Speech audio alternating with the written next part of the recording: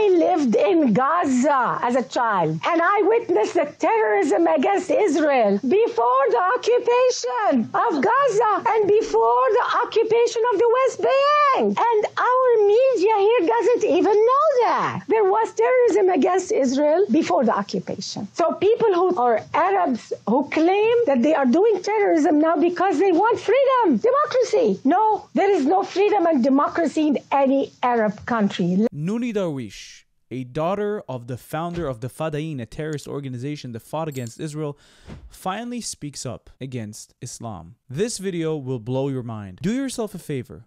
Watch this video all the way until the end to actually understand what's going on with the people that were raised with this hate and their eyes are finally opened. Let's watch. I was born and raised as a Muslim in Cairo, Egypt, but I grew up as a child in the 50s in the Gaza Strip. And the reason I was in Gaza was because Gaza at that time was part of Egypt. I attended Gaza elementary schools where we learned hatred, vengeance, retaliation. Peace was never an option. The concept of peace was something foreign. Actually, the word peace was never even mentioned in the services of any mosque. We recited poetry every day in the school, wishing upon ourselves to die as martyrs. You know, I used to see girls reciting this poetry while they're crying. They would wish upon themselves to die as a martyr. See, our value system was about victimhood, thinking of ourselves as victims, or to be a martyr, to go kill everybody and die as a martyr, either a victim or a martyr. There is nothing in between. Women don't go to mosques, but we used to hear the service of the mosque either on radio or on TV. And I remember every Friday prayer, the sheikh would be at the end of the sermon, he would curse, may God destroy the Jews and the infidel and even the Christians and non-Muslims.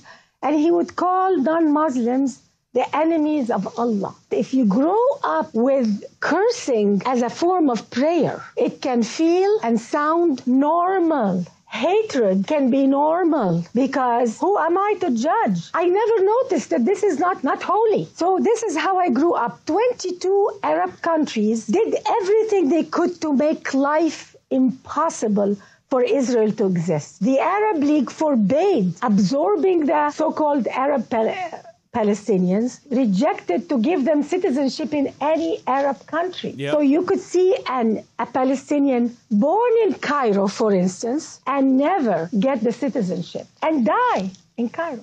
They are born and die in Syria, a Palestinian, and they never get a citizenship. Why? Because the Arab League wanted the Palestinian problem never to be solved. Yep, that's why they haven't settled them for so many years. For so many years, UNRWA did not settle the Palestinians. Why? Because the moment they do, the whole thing is doomed. So they're going to remain refugees for hundreds and hundreds of years, despite the fact they have homes, cars, and even if they left and live in homes in the United States, they're still considered to be refugees. This is not their agenda. The agenda is to keep them refugees from birth to death. The culture was so for sacrificing. They encouraged women to stand up in front of the cameras and say, I gave my son to the jihad and I want my other children to die in the jihad. Yep. Women who are for life, for peace, were looked down upon. Women who would be radical, if not more radical than men,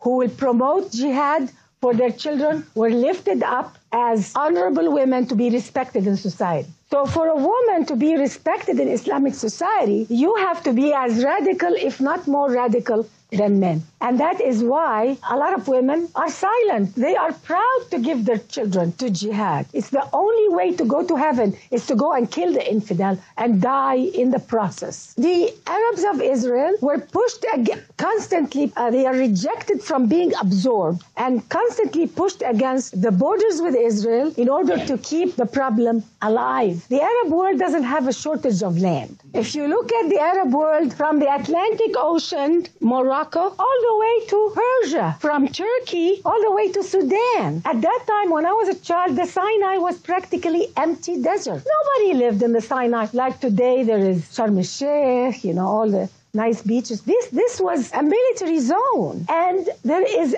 absolutely no need, no pressing need for Arabs to be so dwelled on wanting to throw the Jews in the sea. You know, this international conflict called the Arab-Israeli conflict really is a fabrication. This is not a conflict over land. And anybody who thinks it's a conflict over land is misguided because we don't see the truth. The truth is Arabs, there is something in Islam, anti-Jewish, anti-Christian. I've been saying that since the beginning.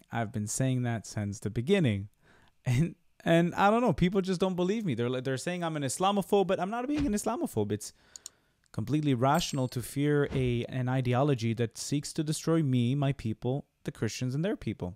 So what can you do? Actually anti-Jewish, and I will tell you why. Those people calling themselves Palestinians who live in the Gaza and the West Bank are the pawns of the Arab world. I don't believe that they care about their happiness or welfare. They are set up to live a miserable life on purpose in order to show the world that we're victims. Do you think Saudi Arabia, with all the money they have, the Gulf countries, all these oil money, they can't give them good roads and good homes and good police and turn it into a productive area of the Middle East? They can, but that is not their objective. There is a hidden objective, and I don't understand why Western culture doesn't get it. Why Western media doesn't get it. Why don't they compare the living conditions of Gaza and the West Bank with Egypt, with Syria, with Jordan? And if they do, they will find that the standard of living is even higher than many areas of the Arab world. But Western media are too lazy to compare apples with apples. They want to compare apples and oranges. I don't know, how can I call Western media ignorant? They should not be ignorant. And then they go and ask Israel, why don't you do some concessions for the Palestinians? I never hear them stand up to Arab leaders and ask Western media, why don't they ask Arab leaders, how about some concessions to the Israeli people? We never hear that.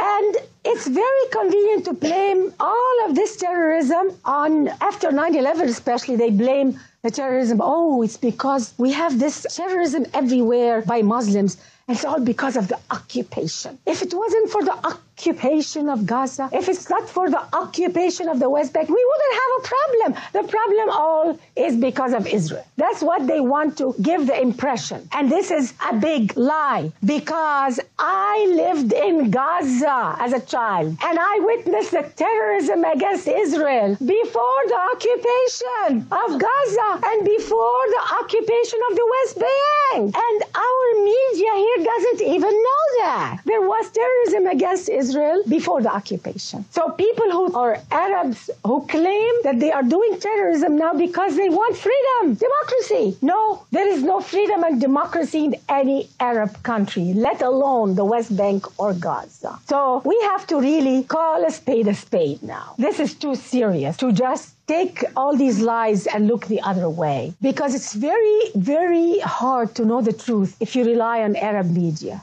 if you rely on the culture around you. And because of life in an oppressive society, I moved to America. I moved to America in the end of 78, 79. And my life completely changed. And one time I wanted to attend a synagogue and a church because I was curious. I thought they were going to curse the Arabs the same way we cursed them in our mosque, the holiness of the place. They were praying for everybody. They were praying for peace on earth. How can we leave this earth a better place? It was a totally different way of thinking. You can hear the passion in her voice. She's very passionate about this. And it upsets her that the world doesn't get it. And I get it. It upsets me as well. The opposite of what I grew up with. And that's when I went to a mosque here also in Los Angeles. And I thought that because they allowed women, that it was going to be different here within America. I am so glad that Islam in America must be so different. So I went to the mosque and I heard anti-Semitism again in the mosque. And I was told, don't assimilate in America. We're here to Islamize America. They were looking down at American culture. They were looking down at this society. And I felt very uncomfortable. I said, oh my God, there is an agenda here. And I never went back again. It hit me. How could we do this? How could we lie and accuse people of something we Arabs know very well we have done ourselves? How could this happen? What kind of value system allows a person or allows a culture or a religion to lie and accuse their enemies of something that they know they've done themselves? They know that Osama bin Laden did that. They know that he was financed with Arab money, with oil money until today. How could they accuse the Jewish people of that? Look at the map of the Middle East. You can hardly... I love her. I love Nonie Darwish. Wow, she speaks so well, so much passion. I think I'm in love. See Israel. It's impossible to convince any person who has an IQ of a child that this problem is over the land called Israel. It's time for the West to understand this, because it's not just not good for Israel, it's not good for the Arab world. They are collapsing. A lot of people think that the Arab world is so strong and so powerful. It's rotting from the core, but they don't know. The religious leaders are telling them to continue the hate instead of telling them to repent and find the true God, the love and the friendship. In the eyes of many Muslims, in the eyes of Islam itself, Jews and non-Muslims, they call them the kafir, the infidels. They don't deserve the truth, they don't deserve justice, and they don't deserve mercy. How can this happen? And we accept it, and we don't say no? The Arab world will never have freedom and democracy when the hatred is number one, when the jihad is number one, when killing your enemy is number one, when you're fixated on lies and slander. You will never have peace and democracy. Nobody asks this question. Why all this lies and slander against the Jewish people, against America? They call America the great Satan and Israel the little Satan. Why? Do you know that on Syrian TV, on Arabic TV, on Egyptian TV, the constant day and night lies about the Jewish people is unbelievable. There was a show that was saying, and in it was not just religious leaders, some of them were scientists, Arab scientists, saying that, oh, do you know why Israel went to Haiti to help with the earthquake? You know why? Because Israel really wanted to harvest the organs of the Haitian people. These are the intelligentsia of the Arab world. When the intellectuals of the Arab world say that, what do you expect from the man on the street? And you wonder why they hate? Because day in and day out they are told this. I was told horrific things about the Jewish people. It took me years to extract it out of my mind, my heart, and my consciousness. Wow. Nonie Darwish, ladies and gentlemen. Wow. Beautiful speech. Islam is here to take over the US and Canada and the West and the UK and France. It doesn't matter. You need to wake up. This specific religious ideology teaches hate against kuffars. I'm considered to be a kuffar. Right now, Nonie Darwish is considered to be a kuffar because she's openly posing a war, a verbal war on Islam by informing you guys. So we need to wake up. We need to educate ourselves on Islam. The world needs to know this needs to stop. If Islam ever improves and rids themselves of the hateful ideology and hateful teachings, then fine. Do I think it's going to happen? Absolutely not.